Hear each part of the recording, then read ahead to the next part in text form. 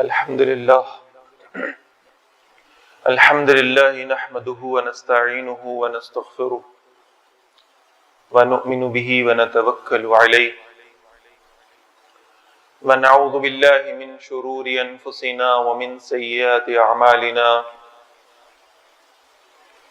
من يهده الله فلا مضل له ومن يضلله فلا هادي له ونشهد أن لا إله إلا الله وحده لا شريك له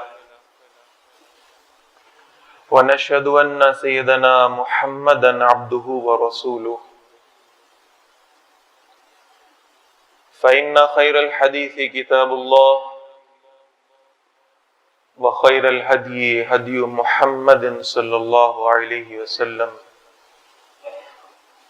وشر الأمور محدثاتها وكل محدثة بدعة وكل بدعة ضلالة وكل ضلالة في النار أو كما قال صلى الله تعالى عليه وسلم. أما بعد فقد قال الله تبارك وتعالى كما ورد في سورة التوبة: أعوذ بالله من الشيطان الرجيم بسم الله الرحمن الرحيم لقد جاءكم رسول من أنفسكم عزيز عليه ما عنتم حريص عليكم بالمؤمنين رؤوف رحيم فإن تولوا فقل حسبي الله لا إله إلا هو عليه توكلت وهو رب العرش العظيم. صدق الله العظيم. رب اشرح لي صدري ويسر لي أمري واحلل عقدة من لساني يفقهوا قولي واجعل لي وزيرا من أهلي. اللهم ربنا ألهمنا رشدنا وأعذنا من شرور أنفسنا. اللهم أرنا الحق حقا وارزقنا اتباعه وأرنا الباطل باطلا وارزقنا اجتنابه. آمین یا رب العالمین.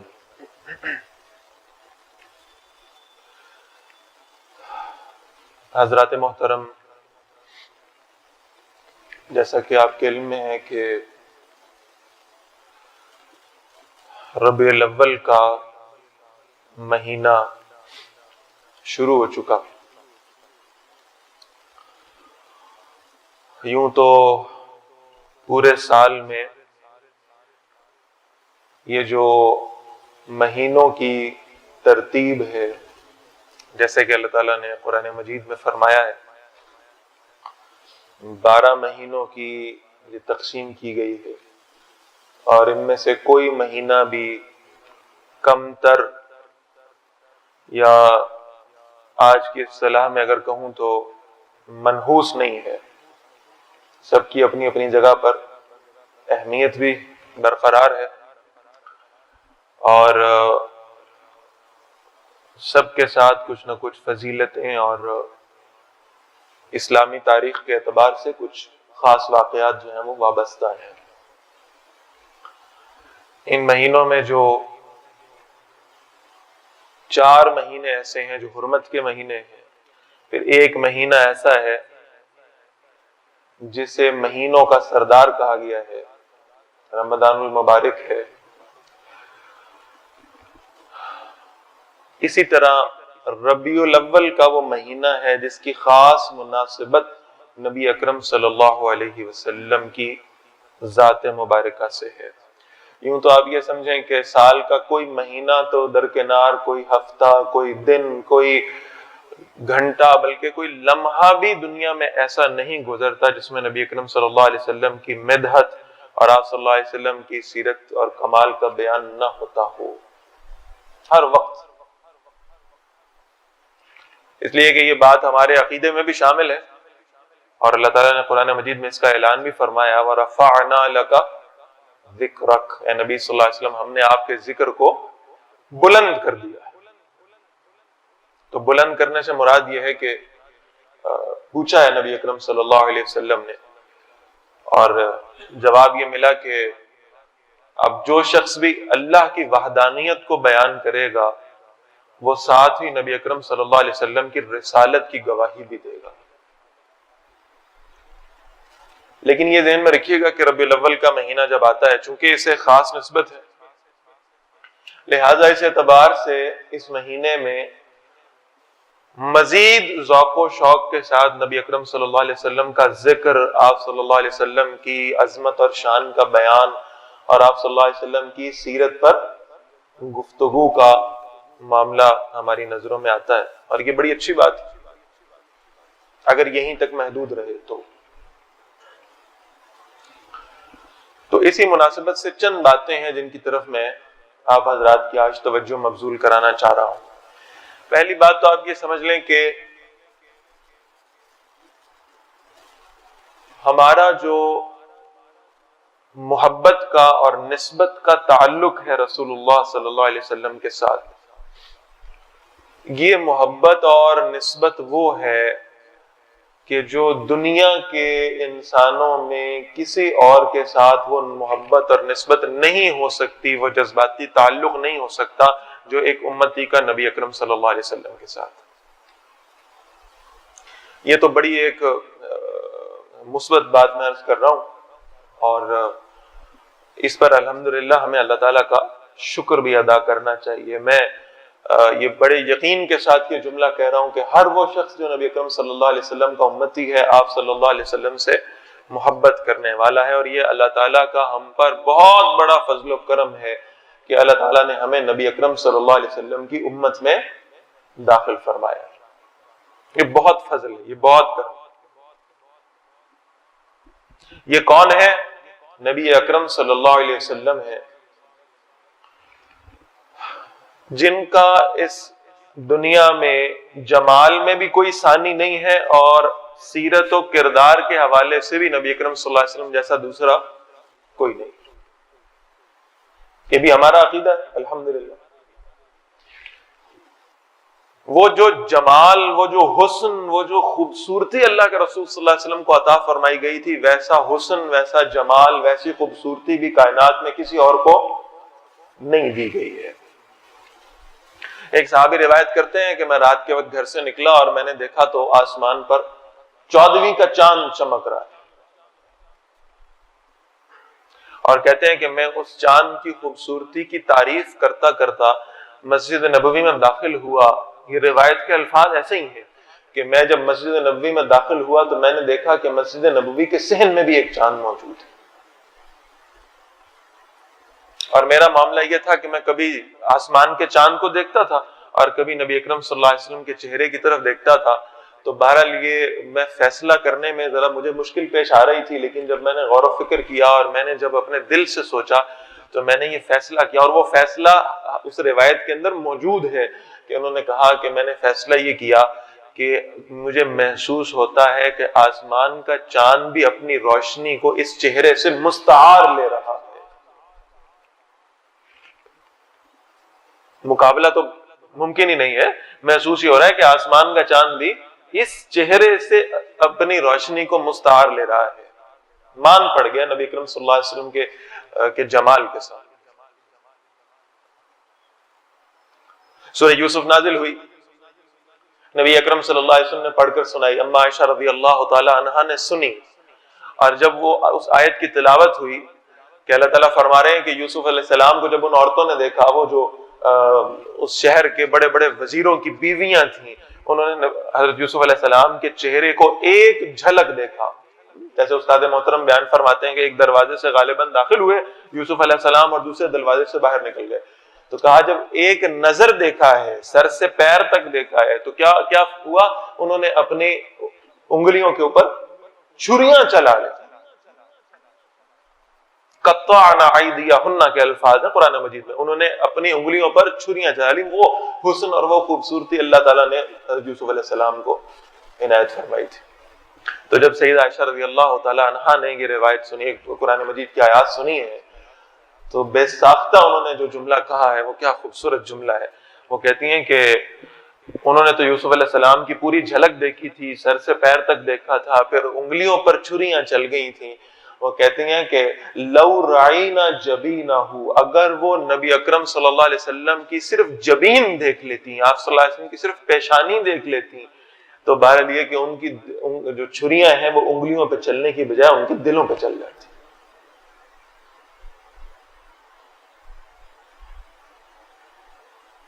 اور نبی اکرم صلی اللہ علیہ وسلم کے اس جمال اور کمال کی تعریفیں کی لوگوں نے، آج تک ہوتی چلی آ رہی ہیں، قیامت تک ہوتی چلی آئیں گی.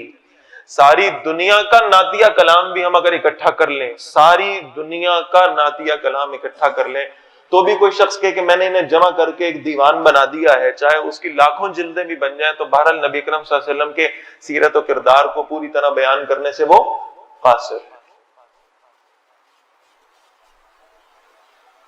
اس میں کوئی دوسری رائے نہیں. لیکن اپنی سعادت کے لیے میں وہ الفاظ بیان کر رہا ہوں کہ نبی اکرم صلی اللہ علیہ وسلم کو معلوم ہوا کہ آپ صلی اللہ علیہ وسلم کی شان کے مخالف کسی نے قصیدہ لکھا ہے اور کسی نے جانا گستاخانہ کچھ الفاظ لکھے ہیں، تو آپ صلی اللہ علیہ وسلم مسجد نبوی میں موجود تھے، اور آپ صلی اللہ علیہ وسلم نے حضرت حسان بن ثابت رضی اللہ تعالیٰ عنہ کو حکم دیا ہے کہ اب تم اس کا جواب کہو.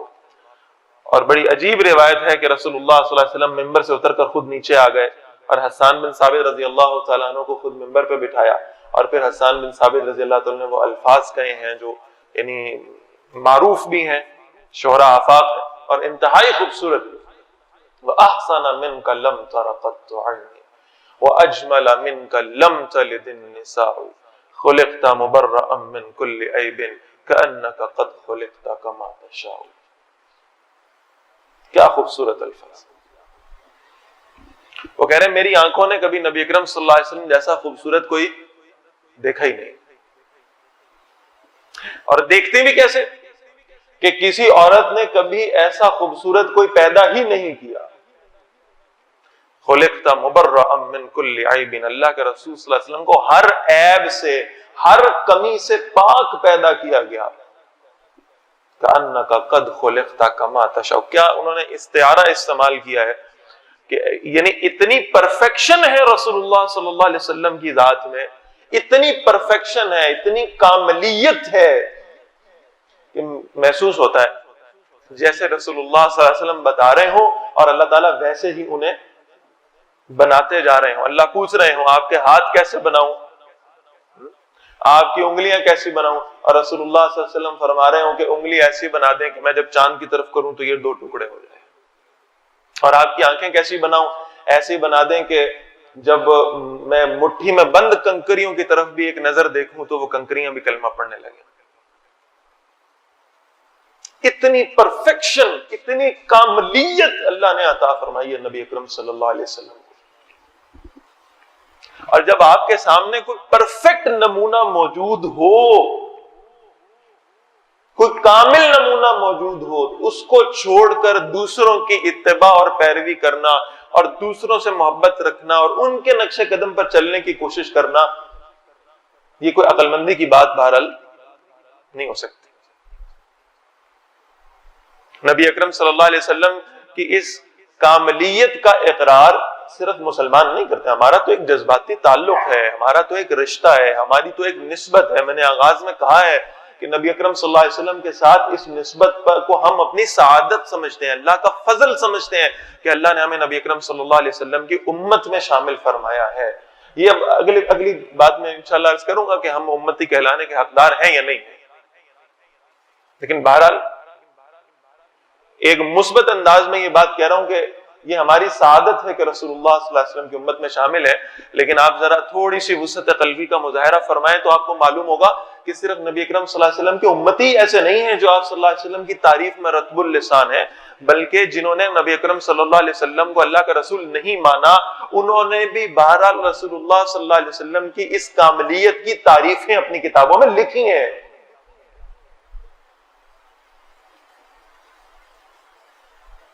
امام راغب رحمہ اللہ سے پوچھا گیا ہے کہ یہ محمد کا جو لفظ ہے اس کا مطلب کیا ہے صلی اللہ علیہ وسلم، اور کیا خوب تعریف کی ہے. الذی یحمد مرۃ بعد مرۃ. امام راغب کہہ رہے ہیں کہ محمد اسے کہا جاتا ہے، اس ہستی کو، اس شخصیت کو کہا جاتا ہے جس کی تعریف ہر زمانے میں، ہر وقت میں، ہر دور میں، ہر لمحے میں کی جا رہی ہو، اسے محمد کہتے ہیں صلی اللہ علیہ وسلم۔ رسول اللہ صلی اللہ علیہ وسلم کی تعریف و توصیف کا یہ سلسلہ آپ صلی اللہ علیہ وسلم کی کہ دنیا میں تشریف لانے سے پہلے بھی موجود تھا۔ انبیاء علیہ السلام کی کتب میں ذکر موجود تھا۔ حضرت عیسیٰ علیہ السلام کے بارے میں تو سورہ صف میں آپ جانتے ہیں کہ وہ الفاظ آئے ہیں کہ وَمُبَشِّرٌ بِرَسُولٍ يَأْتِي مِن بَعْدِ اسْمُهُ احمد، انہوں نے کہا ہے کہ میں تو بشارت دیتا ہوں اس رسول کی صلی اللہ علیہ وسلم جو میرے بعد آنے والے ہیں اور ان کا نام احمد ہوگا صلی اللہ علیہ وسلم۔ تو یہ تعریفیں بہرحال پہلے بھی موجود تھی۔ نبی اکرم صلی اللہ علیہ وسلم دنیا میں تشریف لے آئے تو یہ تعریف و توصیف کا سلسلہ آپ صلی اللہ علیہ وسلم کے جمال اور کمال کے اعتراف کا، آپ صلی اللہ علیہ وسلم کے کامل البشر ہونے کا جو اعتراف ہے یہ چلتا رہا اور بہرحال آج تک چلتا آ رہا ہے اور قیامت تک انشاءاللہ چلتا رہے گا، اس میں کوئی شک نہیں ہے۔ یہ ہے آج کی گفتگو کا پہلا حصہ، مثبت حصہ، جسے آپ یہ سمجھ لیں کہ یہ بڑا میٹھا میٹھا معاملہ ہے۔ اب ذرا میں ایک اور شے کی طرف آپ کو توجہ دلانا چاہ رہا ہوں۔ میں نے بالکل آغاز میں سورہ توبہ کی آخری 2 آیات آپ کے سامنے پڑھی ہے۔ سورہ توبہ کے حوالے سے یعنی میں گمان کرتا ہوں کہ جیسے ہی سورہ توبہ کا نام آپ کے سامنے آتا ہے تو فوراً ایک بات کلک ہو جاتی ہے ذہن میں، اور وہ یہ ہے کہ سورہ مبارکہ کے شروع میں بسم اللہ جی نہیں ہے، اور جب اہل علم سے اس کی وجہ پوچھتے ہیں کہ یہ واحد صورت ہے جس کے شروع میں بسم اللہ نہیں ہے، تو اہل علم بتاتے ہیں کہ اصل میں معاملہ یہ ہے کہ اس کا آغاز بھی بڑے سخت الفاظ سے ہے، براۃ من اللہ ورسولہ، اور پھر اس کے اندر جو احکامات آ رہے ہیں جہاد کے، قتال کے، اور پھر یہ سارے بڑے سخت احکامات۔ لیکن بہرحال یہ کہ جب آخر کی طرف جاتے ہیں تو اللہ تعالیٰ کی وہ رحمت ہمارے سامنے کھل کر آتی، اور وہ رحمت کیا ہے؟ کیا خوبصورت انداز میں اس سورہ مبارکہ کا اختتام ہوا ہے۔ فرمایا لَقَدْ جَاءَكُمْ رَسُولٌ مِّنْ أَنفُسِكُمْ، لوگو تمہارے پاس ایک رسول آ گئے تم ہی میں سے۔ انبیاء علیہ السلام پہلے بھی آتے ہیں، یہ بھی ایک رسول آئے ہیں تم ہی میں سے ہیں، لیکن ان کو اللہ تعالیٰ نے خاص شے عطا فرمائی ہے۔ وہ کیا ہے ذرا اس کو سمجھیے۔ نبی اکرم صلی اللہ علیہ وسلم کی رفعتوں عظمتوں کا بیان تو ممکن ہی نہیں ہو سکتا، لیکن یہاں جس خاص پہلو کی طرف میں توجہ دلانا چاہ رہا ہوں، ایک تمہید باندھ کر اور اپنی سعادت سمجھ کر کہ نبی اکرم صلی اللہ علیہ وسلم کی عظمت میں چند الفاظ ادا کرنے کا ہمیں بھی موقع مل گیا، تو بہرحال اب جس پہلو کی طرف آ رہا ہوں اس کو سمجھیے گا ذرا۔ فرمایا یہ کون ہے رسول؟ عزیز علیہ ما عنتم، یہ وہ رسول ہیں جو تمہاری تکلیف کو اپنے لیے بڑا بوجھل سمجھتے ہیں، جو تم سے بڑی محبت کرنے والے ہیں، اپنے ایک ایک امتی سے محبت کرنے والے ہیں، اپنے ایک ایک امتی کا خیال کرنے والے ہیں۔ کیسے خیال کرنے والے ہیں؟ میں چند مثالیں عرض کر دیتا ہوں، اور صرف اس ترغیب سے عرض کر رہا ہوں کہ اللہ کرے کہ رسول اللہ صلی اللہ علیہ وسلم کی محبت میں ہم بھی ایسے دیوانے ہو جائیں۔ آپ سب جانتے ہیں کہ سب سے زیادہ محبوب بیوی کون سی ہیں اللہ کے رسول صلی اللہ علیہ وسلم کی؟ ام عائشہ رضی اللہ تعالی عنہا۔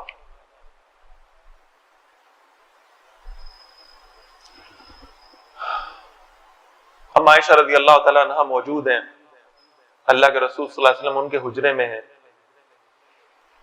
ام عائشہ رضی اللہ تعالی عنہا اس امت کی سب سے بڑی فقیہہ خاتون، نبی اکرم صلی اللہ علیہ وسلم کی محبوب بیوی، جن کی گود میں سر رکھ کے نبی اکرم صلی اللہ علیہ وسلم اس دنیا سے رخصت ہوئے، جن کے ساتھ آخری لمحات گزارے، جن کے حجرے میں نبی اکرم صلی اللہ علیہ وسلم کی تدفین ہوئی، وہ ام عائشہ رضی اللہ تعالی عنہا، اور وہ ریکویسٹ کرتی ہیں یا رسول اللہ صلی اللہ علیہ وسلم آج آپ میرے لیے کوئی خاص دعا فرمائیں، آپ آج میرے لیے کوئی خاص دعا فرمائیں۔ تو اللہ کے رسول صلی اللہ علیہ وسلم دعا فرماتے ہیں اللہم اغفر لی عائشہ ما تقدم من ذنب، وما تأخر، اے اللہ عائشہ کی مغفرت فرما دے، اس کے اگلے پچھلے سارے گناہوں کو معاف فرما دے، اسے جہنم سے آزاد کر دے، اسے جنت میں جگہ عطا فرما دے۔ اللہ کے رسول صلی اللہ علیہ وسلم اپنی محبوب ترین بیوی کے لیے یہ دعا مانگ رہے ہیں، اور اما عائشہ بڑی خوش ہوتی ہیں۔ اللہ کے رسول صلی اللہ علیہ وسلم پوچھتے ہیں عائشہ تم اتنی خوش کیوں؟ کہا یا رسول اللہ صلی اللہ علیہ وسلم آپ نے میرے لیے اتنی خوبصورت دعا مانگی ہے، آپ کو مجھ سے اتنی محبت ہے، آپ کو میرا اتنا خیال ہے، آپ نے میرے لیے دعائیں مانگی ہیں، مجھے بڑی خوشی ہو رہی ہے، آپ کی زبان مبارک سے میرے لیے ایسے الفاظ نکلے ہیں۔ اب اگلا جملہ سنیں، اللہ کے رسول صلی اللہ علیہ وسلم فرماتے ہیں میں نے اپنی محبوب ترین بیوی کے ریکویسٹ کرنے پر اس کے لیے جو دعا کی ہے عائشہ، میں وہی دعا روزانہ راتوں کو اٹھ کر رو رو کر اللہ سے اپنی امت کے لیے مانگتا ہوں۔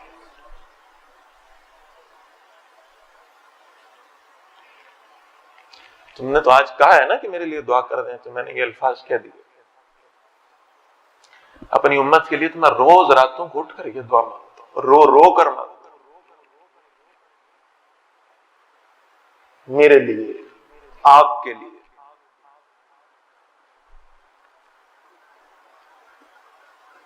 رات کا وقت ہے، عائشہ رضی اللہ تعالیٰ عنہ فرماتی میری آنکھ کھلتی ہے تو میں دیکھتی ہوں اللہ کے رسول صلی اللہ علیہ وسلم اپنی چارپائی پر دورے ہو چکے ہیں۔ آپ صلی اللہ علیہ وسلم کا جسم آدھا زمین کی طرف ہے اور آدھا چارپائی کے اوپر۔ میں بڑی پریشان ہوتی ہوں، گویا اللہ کے رسول صلی اللہ علیہ وسلم کی کچھ طبیعت کی خرابی کا معاملہ ہے، یہ کیا کیفیت ہے؟ تو کہتی ہیں میں آپ صلی اللہ علیہ وسلم سے پوچھتی ہوں کہ یا رسول اللہ صلی اللہ علیہ وسلم ایسا کیا ہوا جو آپ اس کیفیت میں ہیں، آپ کا آدھا جسم چارپائی سے نیچے ہے اور آدھا اوپر، اور آپ دورے ہو چکے ہیں، الٹے ہو چکے ہیں۔ تو آپ صلی اللہ علیہ وسلم فرماتے ہیں عائشہ یہ عرب و عجم کا شہنشاہ کہہ رہا ہے، عائشہ مجھے اتنی بھوک لگی ہے کہ اس بھوک کی وجہ سے میرے پیٹ میں درد ہے، اور میں چارپائی کی لکڑی سے اپنے پیٹ کو دبا رہا ہوں تاکہ اس بھوک کا احساس کم کر سکوں۔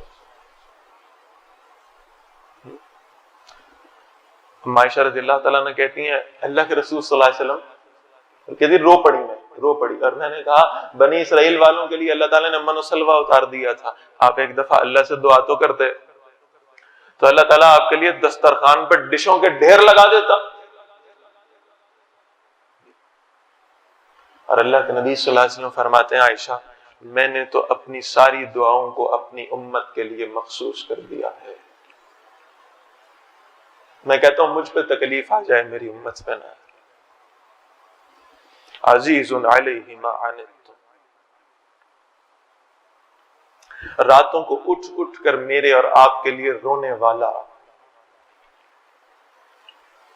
کون روتا ہے بھائی؟ کون کرتا ہے کسی کے لیے؟ خدا کی قسم کھا کر کہتا ہوں میں اپنی پوری زندگی اللہ کے نبی کی شریعت کے لیے لگا دوں نا تو بھی میں حضور صلی اللہ علیہ وسلم کے اپنے لیے بہائے گئے ایک آنسو کا بدلہ نہیں اتار سکتا، ایک آنسو کا بھی نہیں اتار سکتا۔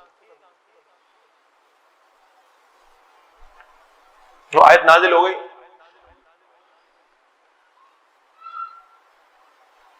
اللہ کے نبی کہہ رہے ہیں، حضرت موسیٰ علیہ السلام کہہ رہے ہیں فَإِن تُعَذِّبْهُمْ فَإِنَّهُمْ عِبَادُكَ، اے اللہ اگر آپ اپنے امتیوں کے بارے میں کہہ رہے ہیں، اللہ اگر آپ ان کو عذاب دیں تو یہ آپ کے بندے ہیں، ان کے ہیں اعمال ایسے، ان کے کرتوت ایسے ہیں کہ آپ ان کو عذاب دیں، لیکن یا اللہ اگر آپ ان کو معاف کر دیں تو آپ تو بڑے غفور الرحیم ہیں، آپ تو بڑے بادشاہ ہیں، آپ ان کو معاف کر دیں۔ جب یہ آیت اتری ہے یہ موسیٰ علیہ السلام نے عیسیٰ علیہ السلام نے اپنی امت کے لیے ایک دفعہ کہا ہوگا، جب یہ آیت اتری ہے رسول اللہ صلی اللہ علیہ وسلم پوری رات اس آیت کو پڑھتے رہے اور روتے رہے، پڑھتے رہے روتے رہے، پڑھتے رہے روتے رہے، یا اللہ یہ تیرے بندے ہیں، اگر تو عذاب دینا چاہے تو دے سکتا ہے، لیکن تو اتنا بڑا بادشاہ ہے، یا اللہ ان کو معاف فرما دے، ان کو معاف فرما دے۔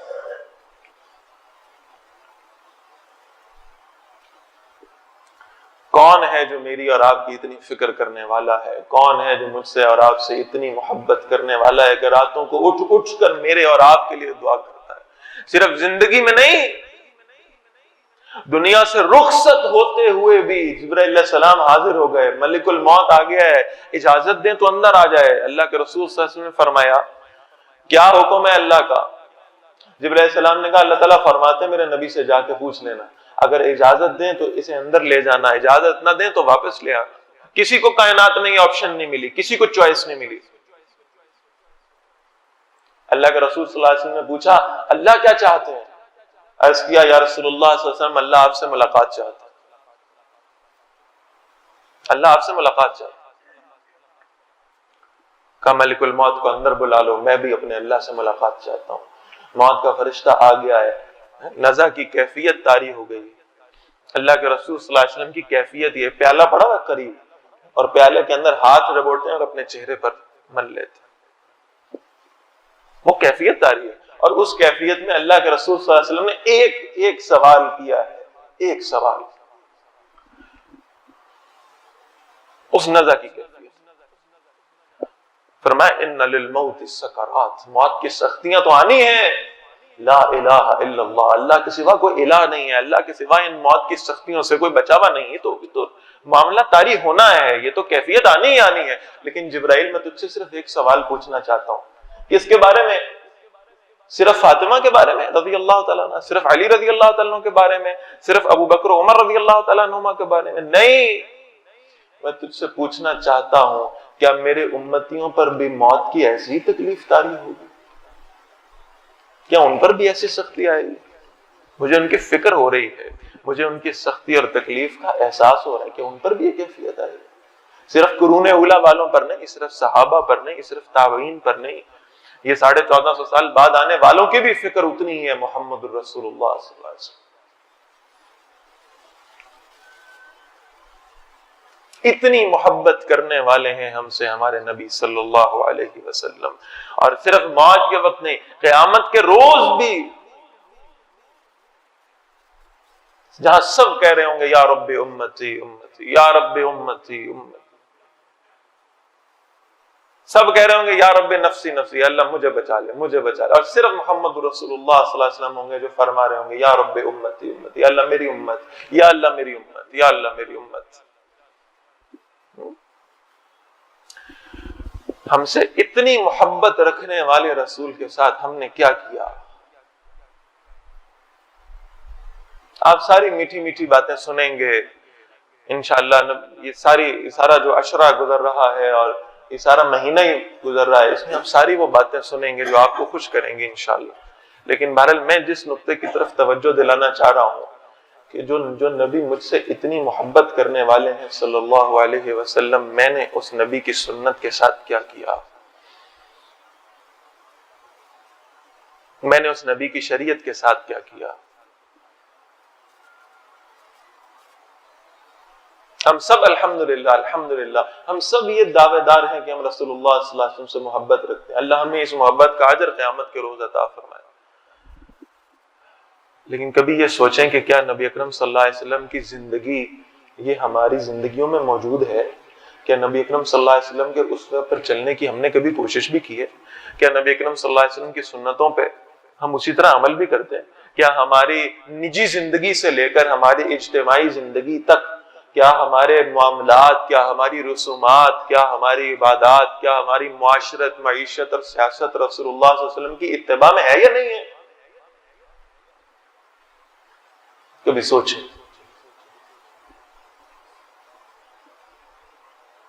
فرمایا اللہ کے رسول صلی اللہ علیہ وسلم نے فمن رغب عن سنتی فلیس منی، جس کو میری سنت سے رغبت نہیں ہے میرا اس سے کوئی تعلق نہیں ہے، کوئی تعلق نہیں۔ اتنی محبت کرنے والے نبی صلی اللہ علیہ وسلم کہہ رہے ہیں کہ جس نے میری سنت کو چھوڑ دیا میرا اس سے کوئی تعلق نہیں۔ اتنی محبت کرنے والے نبی فرما رہے ہیں صلی اللہ علیہ وسلم کہ میں قیامت کے روز کھڑا ہوں گا، میں کچھ لوگوں کو دیکھوں گا، میں جان لوں گا کہ یہ میرے امتی ہیں، پہچانے جائیں گے کہ امتی ہیں، اور میں ان کے لیے اپنے بازو پھیلا دوں گا۔ بازو کس لیے پھیلائے جاتے ہیں بھائی؟ سینے سے لگانے کے لیے۔ اللہ ہم سب کو رسول اللہ صلی اللہ علیہ وسلم کی زیارت بھی قیامت میں نصیب فرمائے. اللہ ہم سب کو رسول اللہ صلی اللہ علیہ وسلم کے سینے سے لگنا نصیب فرمائے. آپ صلی اللہ علیہ وسلم فرما رہے ہیں میں ان کے لیے اپنے بازو کھول دوں گا, وہ میری طرف لپک کر آئیں گے, یکا یک فرشتے آئیں گے اور میرے اور ان کے درمیان میں حائل ہو جائیں گے, رکاوٹ بن جائیں گے. میں کہوں گا آنے دو, یہ میرے امتی ہیں, اور فرشتے عرض کریں گے یا رسول اللہ صلی اللہ علیہ وسلم ہے تو یہ آپ کے امتی, لیکن آپ کے بعد جب آپ کا دین رسوا ہو رہا تھا تو انہوں نے آپ کے دین میں تبدیلیاں پیدا کر لی تھیں, انہوں نے آپ کے دین کے دامن کو ہاتھ سے چھوڑ دیا تھا, انہوں نے آپ کی اتباع کو ہاتھ سے چھوڑ دیا تھا, انہوں نے آپ کے دین میں بدعتیں ایجاد کر لی تھیں. آپ صلی اللہ علیہ وسلم فرماتے ہیں میں فرشتوں سے کہوں گا انہیں مجھ سے دور لے جاؤ, میں ان کے چہرے بھی دیکھنا نہیں چاہتا. ہم سب رسول اللہ صلی اللہ علیہ وسلم کی شفاعت کے امیدوار اور طلبگار ہیں, اللہ ہمیں عطا فرمائے. لیکن کبھی آنکھیں بند کر کے ایک لمحے کے لیے سوچیں کہیں میں وہ ہوا جس کی طرف اشارہ کر کے رسول اللہ صلی اللہ علیہ وسلم نے کہہ دیا کہ اس نے میرے دین کے لیے کچھ نہیں کیا, اسے مجھ سے دور لے جاؤ, تو مجھ پر کیا بیتے گی قیامت کے روز. کبھی ایک مرتبہ آنکھیں بند کر کے سوچیں کہ وہ جو پورا ایک گروہ, ایک قوم, ایک جماعت کھڑی ہوگی اور رسول اللہ صلی اللہ علیہ وسلم اس کی طرف اشارہ کریں گے. سورہ فرقان کی آیت ہے, اللہ فرما رہے ہیں رسول اللہ صلی اللہ علیہ وسلم کچھ لوگوں کے بارے میں فرمائیں گے یا ربی انا قوم اتخذوا هذا القرآن مہجورا, اے میرے رب یہ میری قوم کے وہ لوگ ہیں جنہوں نے میرے قرآن کو چھوڑ دیا تھا. کبھی آنکھیں بند کر کے سوچیں کہیں خدا نہ خواستہ میں اس گروہ میں شامل ہوا جو قرآن کو چھوڑ دینے والے تھے, جن کی رحلوں میں تو قرآن موجود تھا, ان کی زندگیوں میں قرآن موجود نہیں تھا. کہیں میں ان لوگوں میں شامل ہوا جن کی طرف اشارہ کر کے اللہ کے رسول صلی اللہ علیہ وسلم نے فرما دیا انہوں نے میرا قرآن چھوڑ دیا تھا, میرا قیامت کے روز کیا حشر ہوگا. کبھی سوچیں.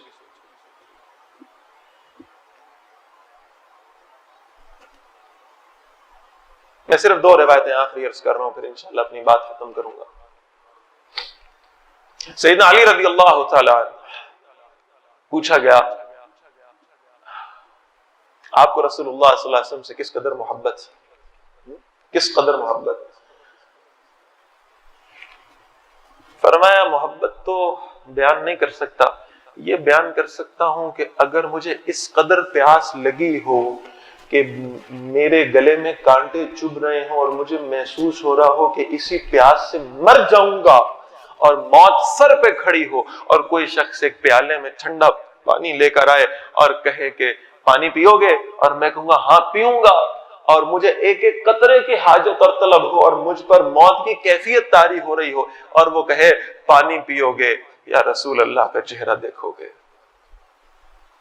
محبت یہ ہے, میں کہوں گا اس پانی کو گرا دو, مجھے میرے نبی کا چہرہ دیکھو صلی اللہ علیہ وسلم. یہ ہے محبت. صلح حدیبیہ کا موقع, صلح لکھی جا رہی ہے, رسول اللہ صلی اللہ علیہ وسلم لکھوا رہے ہیں, سیدنا علی رضی اللہ تعالیٰ لکھ رہے ہیں, لکھو بھائی یہ معاہدہ ہے محمد الرسول اللہ صلی اللہ علیہ وسلم اور قریش مکہ کے درمیان. لکھ دیا, انہوں نے فوراً مخالفین نے اعتراض کیا اگر ہم نے آپ کو اللہ کا رسول مان لیا تو پھر تو مسئلے ختم ہوں گے, سارا جھگڑا یہ ہے کہ ہم آپ کو اللہ کا رسول نہیں مانتے, ہم نے اس معاہدے پہ سائن کر دیے تو گویا ہم نے اقرار کر لیا کہ آپ اللہ کے رسول ہیں صلی اللہ علیہ وسلم, لہٰذا آپ اپنے نام کے ساتھ رسول اللہ کا لفظ کاٹ دیں, ورنہ ہم اس معاہدے پہ دستخط نہیں کریں گے. اللہ کے رسول صلی اللہ علیہ وسلم مسکرائے, کہا اچھا علی مصلحت کی بات ہے, مصلحت کی بات ہے, کاٹ دو, کاٹ دو. بڑے ادب سے اللہ کے نبی صلی اللہ علیہ وسلم سے عرض کیا ہے سیدنا علی رضی اللہ تعالیٰ عنہ نے, عرض کیا یا رسول اللہ صلی اللہ علیہ وسلم آپ کا حکم سر آنکھوں پر, میں آپ کے اشارے پر اپنی زندگی نچھاور کرنے کو تیار ہوں, لیکن یہ جو آپ کہہ رہے ہیں نا یہ علی سے ہو نہ پائے گا. جس ہاتھ نے آپ کے نام کے ساتھ اللہ کا رسول لکھ دیا وہ کاٹا نہیں جا سکتا, میں نہیں کاٹ سکتا, میرے اندر یہ طاقت نہیں ہے, میرے اندر یہ صلاحیت نہیں ہے کہ میں یہ لفظ آپ کے نام کے ساتھ کاٹ دوں. آپ برا نہ منائیے کہ بہت سخت جملہ ہے, لیکن بہرحال دل کا درد ہے اس لیے عرض کر رہا ہوں. کبھی ذرا سوچیں کہیں ایسا تو نہیں ہے کہ ہم نے اپنی زندگیوں سے رسول اللہ کا نام کاٹ دیا ہو, کہیں آپ اپنی زندگیوں میں ہم وہ راستہ چھوڑ چکے ہوں جو رسول اللہ صلی اللہ علیہ وسلم کا راستہ تھا. اللہ کرے ایسا نہ ہو, اللہ کرے ایسا نہ ہو. لیکن بہرحال اس پہ سوچنے کی, اس پہ غور و فکر کرنے کی بہت ضرورت. اللہ کے رسول صلی اللہ علیہ وسلم مدینہ کی ایک گلی سے گزر رہے ہیں, کنسٹرکشن ہو رہی ہے, ایک گھر بن رہا ہے اور ذرا گنبد نما گھر بن رہا ہے, گنبد بنایا جا رہا ہے. اللہ کے رسول صلی اللہ علیہ وسلم کو یہ اس طرح کی کنسٹرکشن پسند نہیں تھی. گنبد سے مراد یہ مساجد کو گنبد کی بات نہیں کر رہا ہوں. اللہ کے رسول صلی اللہ علیہ وسلم نے پوچھا یہ کس کا گھر ہے, کس کی کنسٹرکشن ہو رہی ہے؟ فرمایا فلاں انصاری صحابی کا گھر ہے. آپ صلی اللہ علیہ وسلم کے چہرے پر کچھ ناگواری کے اثرات آئے بس, اور آپ صلی اللہ علیہ وسلم وہاں سے آگے چل پڑے. تھوڑے دن بعد آپ صلی اللہ علیہ وسلم اسی راستے سے, اسی روڈ سے گزرے تو اس گھر کی جگہ پر ملبے کا ڈھیر پڑا تھا. کہا جس کا گھر ہے اسے بلاؤ. اس صحابی کو بلایا گیا. آپ صلی اللہ علیہ وسلم نے پوچھا تو گھر بنا رہا تھا, اتنی ریج سے کنسٹرکشن کر رہا تھا, یہ ملبہ کیسے ہو گیا؟ یا رسول اللہ صلی اللہ علیہ وسلم میرے علم میں آیا تھا, جب آپ کو بتایا گیا یہ میرا گھر ہے, میں بنا رہا ہوں, تو آپ کے چہرے پر ناگواری کے اثرات آئے تھے, آپ کو یہ اچھا نہیں لگا تھا, آپ کو مناسب نہیں لگا. کوئی حکم نہیں آیا, کوئی حکم آیا کہ گرا دو, نہیں, صرف آپ کے چہرے پر ناگواری کے اثرات رپورٹ ہوئے تھے. میں نے دیکھے بھی نہیں تھے, مجھے کسی نے آ کر بتایا کہ آپ صلی اللہ علیہ وسلم کے چہرے پر ناگواری کے اثرات تھے. میں نے ایک لمحہ نہیں سوچا, میں نے اپنا گھر گرا کر ملبے کا ڈھیر بنا دیا. میں وہ کام کیوں کروں جس کی وجہ سے میرے نبی صلی اللہ علیہ وسلم کو ناگوار محسوس ہو. بھائی کو حلال حرام درجے کی شے تو نہیں تھی. بس ہم ذرا اپنی زندگیوں کو دیکھ لیں اور اپنی روزانہ کا جو ہمارا شیڈیول ہے اس کی ایک لسٹ بنا لیں کہ کہیں کوئی ایسا کام تو نہیں ہے کہ جب نبی اکرم صلی اللہ علیہ وسلم کی خدمت میں میرا وہ عمل پیش کیا جاتا ہو تو اللہ کے رسول صلی اللہ علیہ وسلم کے چہرے پر کہیں ناگواری کے اثرات نہ ابھر آئیں.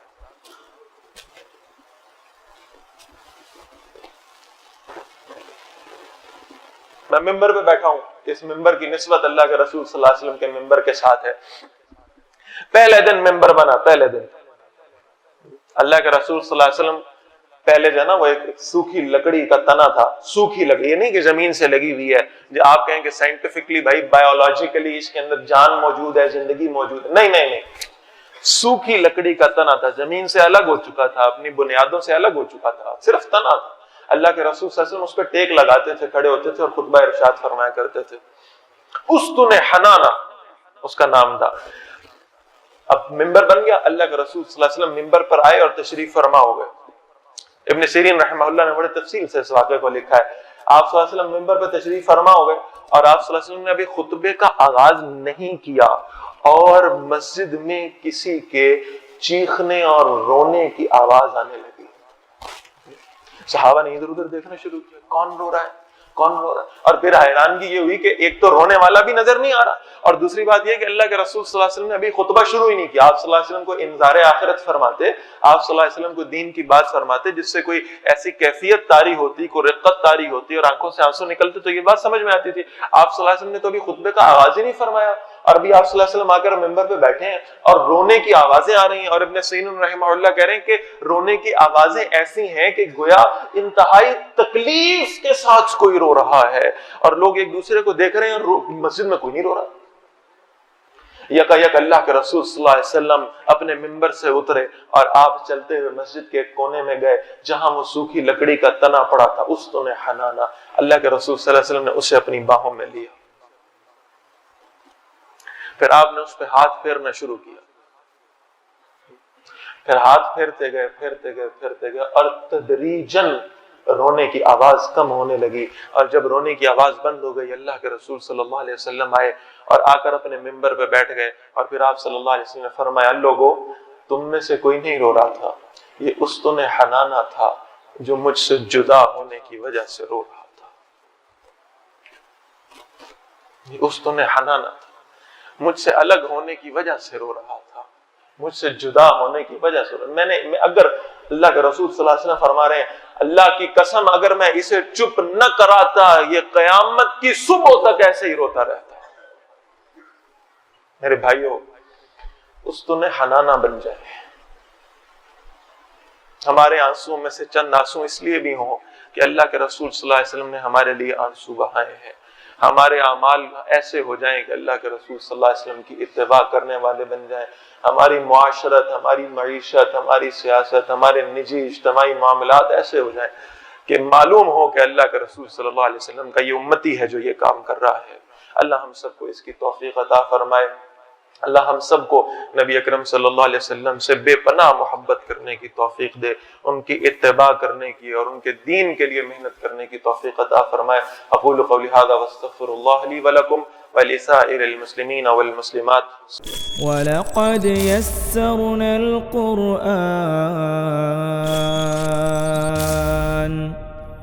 وَلَقَدْ يَسَّرْنَا الْقُرْآنَ لِلذِّكْرِ فَهَلْ مِن مُّدَّكِرٍ